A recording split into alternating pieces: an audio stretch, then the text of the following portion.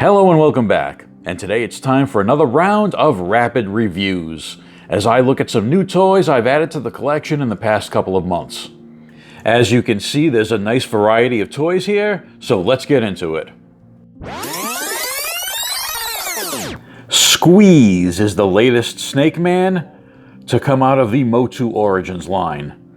Mattel has really been expanding the world of the Snake Men in Motu Origins, releasing army builder packs as well as brand new characters like Fangor and Lady Slither on the Mattel Creations website. But for Origins, all I wanted out of the Snake Men was the new versions of the original 1980s characters. And Squeeze is the last one of those to be released. So he will join King Hiss, Cobra-Con, Rattler, Tongue Lasher, and Snakeface. Squeeze's head always reminded me more of a dinosaur or a lizard rather than a snake, probably because of the lack of fangs or a protruding tongue that you'd see in snake people. I really like his color scheme with the light green, orange, and purple, which is a classic Halloween-themed color scheme. Green and purple always look good together as contrasting and complementary colors. He's also got some light gray on his leg armor, which also looks nice. And he's one of the few gimmick characters from the original line where they did not have to compromise the gimmick in this updated Origins body. Because his gimmick is obviously these giant bendable arms. These are rubber with bendy wire in them, so he can live up to his name, grab an opponent, and just squeeze them. And these arms do have the ability to detach, just like all the other Origins figures. He comes with one accessory, which is this snake-like blaster. I know one of the big complaints that people have about Squeeze is the ability to get him to stand upright. You have to position and manipulate the weight of those arms in a certain way in order to get him to stand up. But I think I've solved that problem. My Squeeze has decided to just hang around Castle Grayskull and cause some trouble. The Masterverse version of Motu Beastman is another Masterverse figure that I was able to pick up on clearance at Target.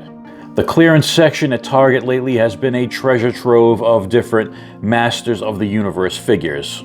And at 50% off, this figure was just too good looking to pass up.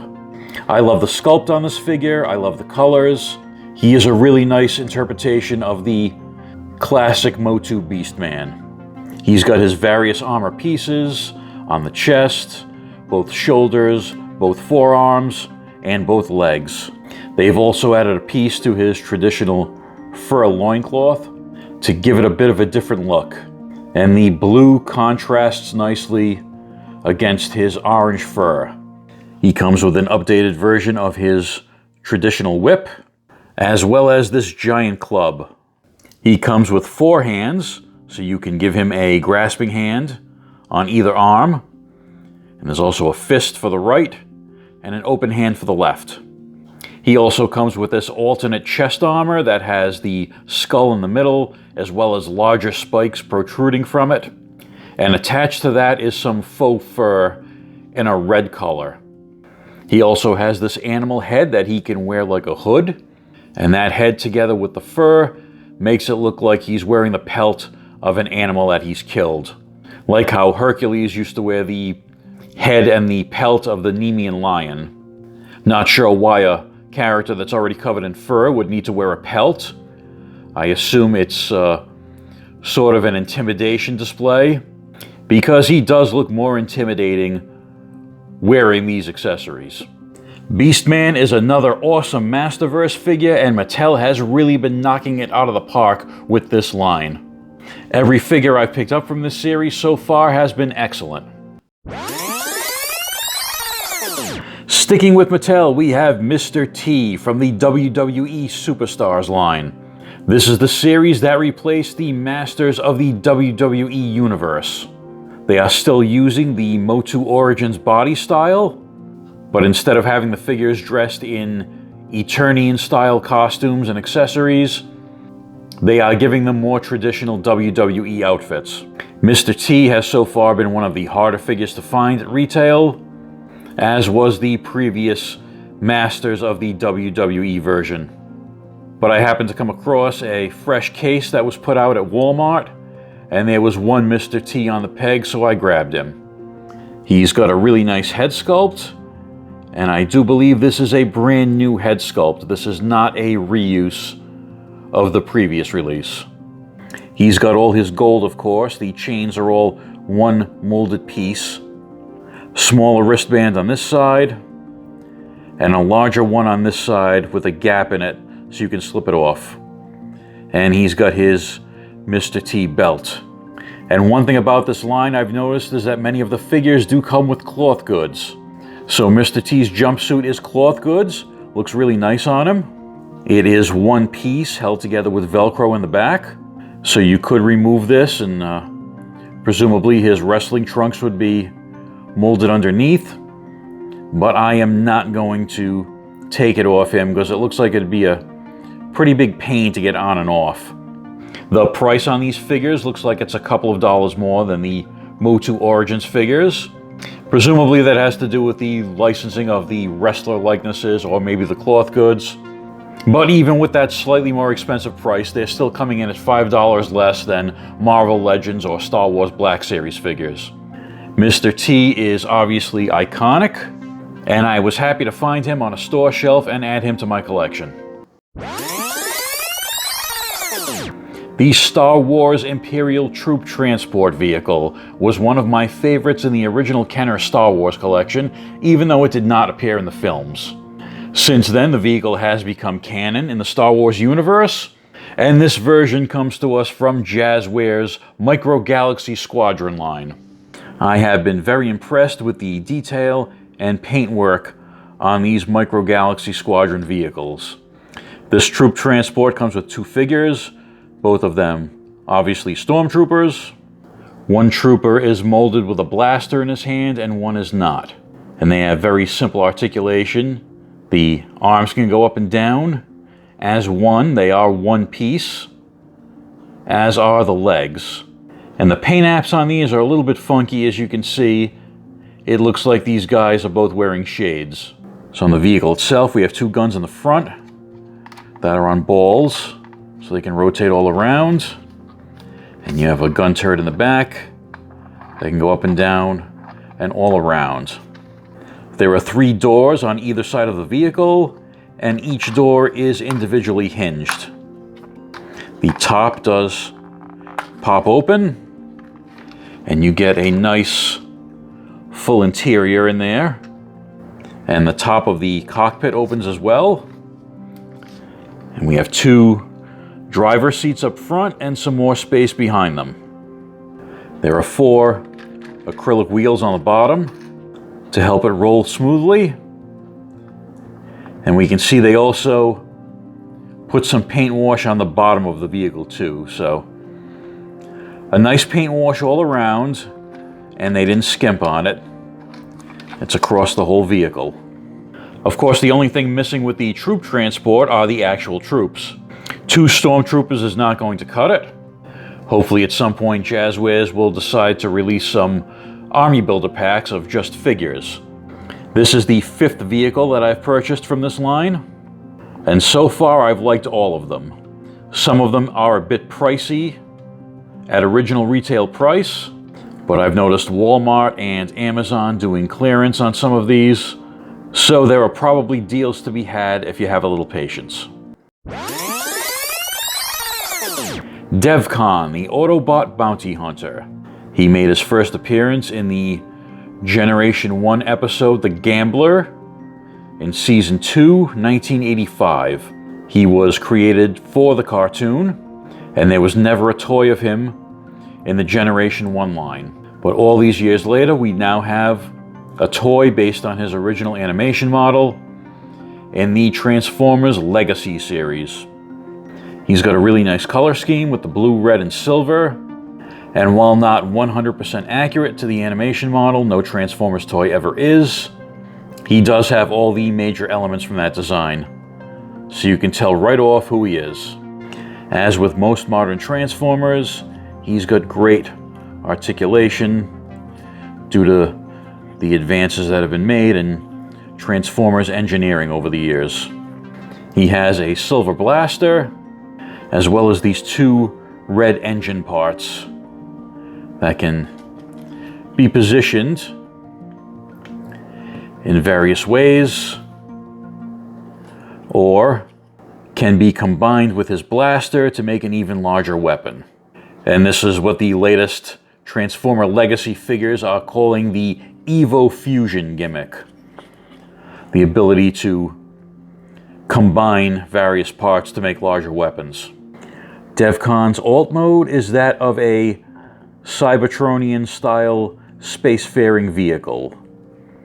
A pretty unique design. And I like that his vehicle mode is truly Cybertronian.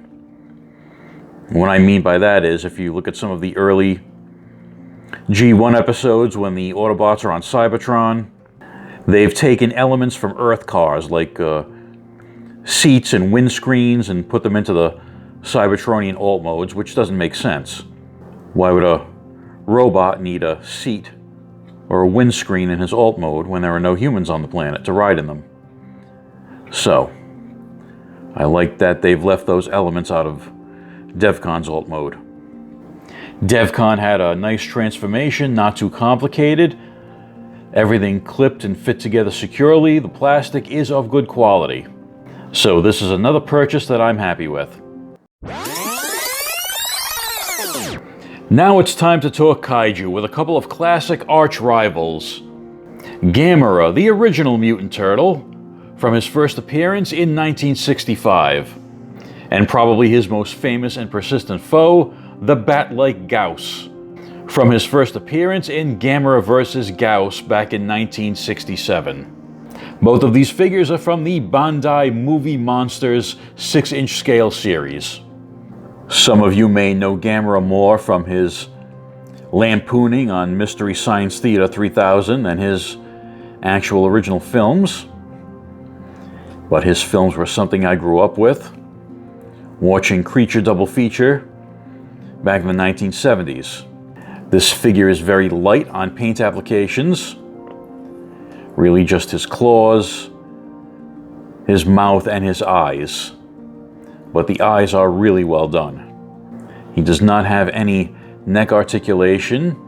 He can move his arms around.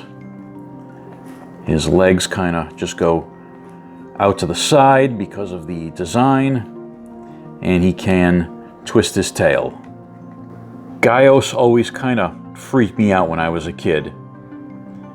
He's obviously very fake looking, but he's also very sinister at the same time. Probably due to those big yellow and red eyes.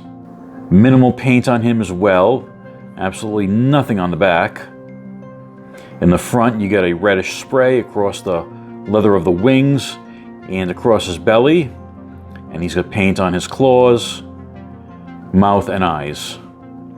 This figure has basically no articulation except for the ability to move his legs up and down a little bit. Nothing in the wings, the neck, or the tail. I've noticed that Bandai more and more is limiting the articulation as well as the paint applications on these movie monster figures. Most likely, just like everything else in the toy industry, to keep down the costs. I am happy to add both these figures to my collection. Gamera vs. Gauss is one of the classic rivalries in Japanese kaiju films. Last but certainly not least, are these figures that were released as part of a Wendy's Kids Meal promotion. DC Comics Superheroes. Done in the style of classic Keshi, aka muscle figures.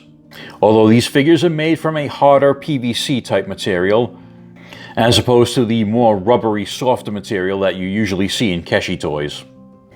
These figures were released in sets of 3, and there are 6 different sets. Each set was released in 4 colors. So if you're a completist on these, there are actually 72 different figures to collect, which would probably be maddening and very bad for your arteries if you tried to eat that many Wendy's kids meals. All I wanted was one of each set, which I was able to do with the help of my friend Jesse, aka the Epic Badger, who endured a couple of Wendy's kids meals to get me a couple of different sets. So thanks, Jess, and I will put a link to Jesse's channel in the description of this video. Go check it out.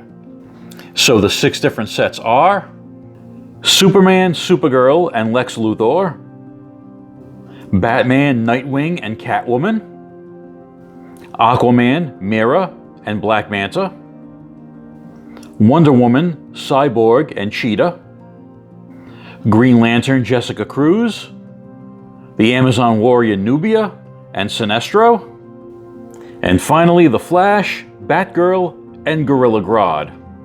And as you saw, each set contains 2 heroes and 1 villain. As a fan of superhero toys as well as monochromatic minifigures, I was really excited for this promotion, and I was happy to get a full set of figures. That's it for this latest round of rapid reviews. Is there anything here that you've picked up, or that you plan to pick up? Let me know in the comments below. Thanks for watching, and I'll see you in the next video.